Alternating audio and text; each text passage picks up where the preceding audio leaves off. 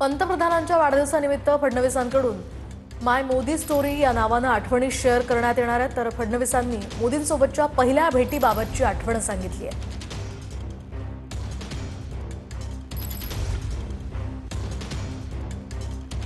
मैं नागपुर का महापौर भी था और भारतीय जनता युवा मोर्चा का नागपुर जिले का अध्यक्ष भी था। और उस समय एक राष्ट्रीय अभ्यास वर्ग नागपुर में लेने का तय हुआ। उसकी पूरी जिम्मेदारी मेरे ऊपर थी। रेशिम बाग में ये अभ्यास वर्ग होना था और इसकी पूरी तैयारी हमने की थी। और आने वाले कई नेता आने वाले थे, उनकी व्यवस्थाएं भी की थी। रेशिम बाग में भी रहने की व्यवस्था की थी और बाकी बाहर रेस्ट हाउसेस में भी व्यवस्थाएं की थी। तो मोदी जी आए, हमने उनका स्वागत किया और स्वागत करने के बाद उन्होंने डॉक्टर हेडगेवार जी का दर्शन लिया। और उसके बाद हमने उनको पूछा, मोदी जी को मैंने स्वयं पूछा कि देखिए, रहने की व्यवस्था तो यहाँ पर भी है, बाहर गेस्ट हाउस में भी है।